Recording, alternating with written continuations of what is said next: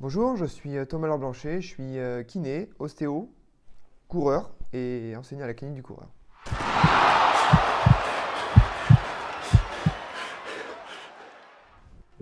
Alors aujourd'hui, on va aborder un thème qui m'est cher, le renforcement musculaire spécifique chez le coureur à pied.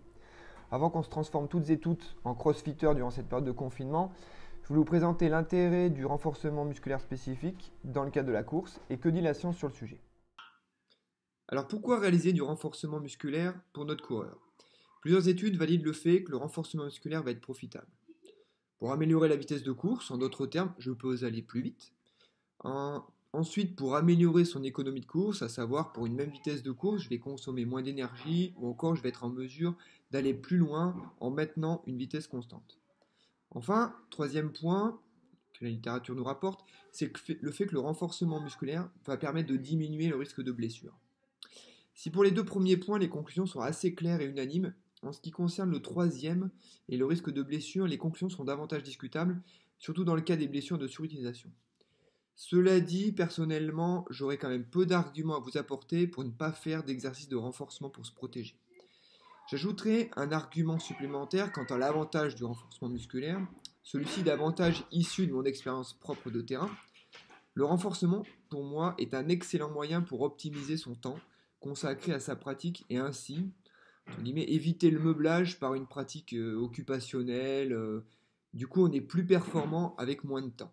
Quand on a un emploi du temps serré, c'est profitable. Alors maintenant, comment se renforcer pour le coureur de fond? Il va falloir travailler deux composantes. Première composante, la force, et notamment la force max. La science est claire sur le sujet. Dans le cadre du renforcement musculaire pour le coureur, on oublie le concept de travailler avec des charges faibles, des répétitions à n'en plus finir.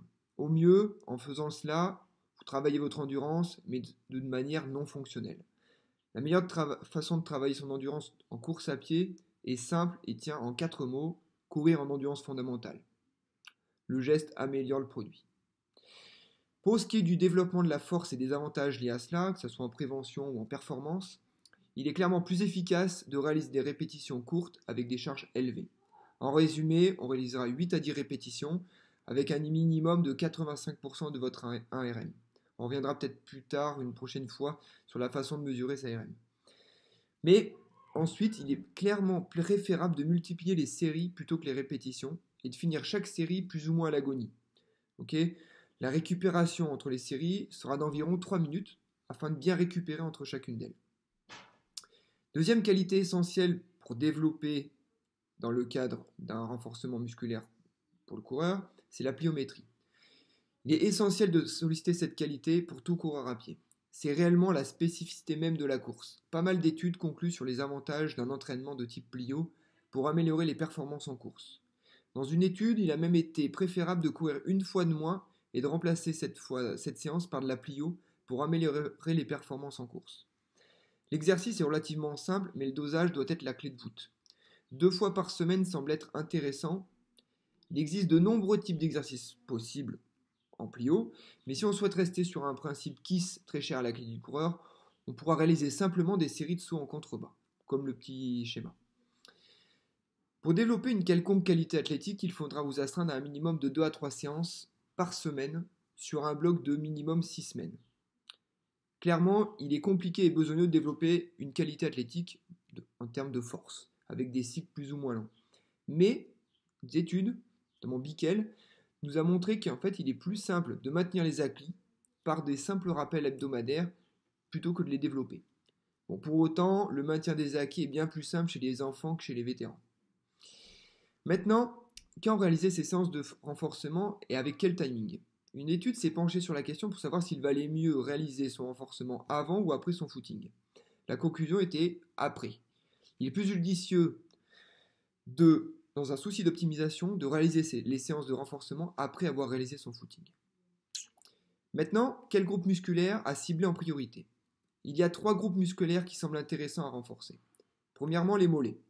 Il faut savoir que le solaire est le muscle qui subit la plus grosse contrainte lors de la foulée, jusqu'à 8 fois le poids du corps. Autre point important le concernant, entre 20 et 60 ans, vous allez perdre 30% de votre puissance des fléchisseurs plantaires. Oui, même moi avec mes mollets, même moi. Donc, s'il y a un muscle à renforcer d'un point de vue prévention ou performance, c'est clairement celui-là. Deuxièmement, un muscle important à travailler, les quadriceps. Dans l'étude de Schandroper, les auteurs supposent que le temps de contact au sol des meilleurs coureurs sur marathon est directement lié à une meilleure condition des muscles extenseurs du genou. Autrement dit, pour éviter de finir votre marathon avec les fesses à 20 cm des talons, il est primordial d'avoir des quadris en béton au départ. Dernier point, la hanche. Le renforcement de la hanche est bien entendu essentiel en termes de prévention du genou, plein de raisons à cela, et ceci dans tous les plans. Mais dans un souci d'efficacité et de rendement, il semble être plus judicieux de renforcer la hanche dans sa composante horizontale plutôt que verticale. Autrement dit, peut-être que dans un objectif de course à pied, les hip thrusts seraient plus intéressants que sous nos squats classiques. À réfléchir. En résumé, lorsque l'on raisonne renforcement musculaire pour un coureur à pied, il faut bien comprendre que cette séance n'est pas qu'un simple complément. Il faudra cibler nos groupes musculaires à travailler en priorité, les faire travailler selon deux qualités, la force, la pliométrie. Pour ce qui est de la force, on va privilégier les charges élevées avec peu de répétitions et on augmentera les séries en progression. Ensuite, il faudra s'efforcer à développer de façon régulière 2 à 3 séances par semaine sur des blocs suffisamment longs, délai qui nous permettra ensuite de pouvoir profiter des acquis en faisant des rappels simplement hebdomadaires. Et enfin, on réalisera ces séances plutôt après les footings. Voilà, j'espère que toutes ces notions vous permettront de partir sur de bonnes bases après le confinement. Je voulais juste ajouter pour remettre une petite pièce sur l'intérêt du renforcement musculaire, et je vous laisse méditer avec cette phrase. Pour moi, un corps faible commande alors qu'un corps fort obéit. Voilà, vous avez 3 heures, à bientôt.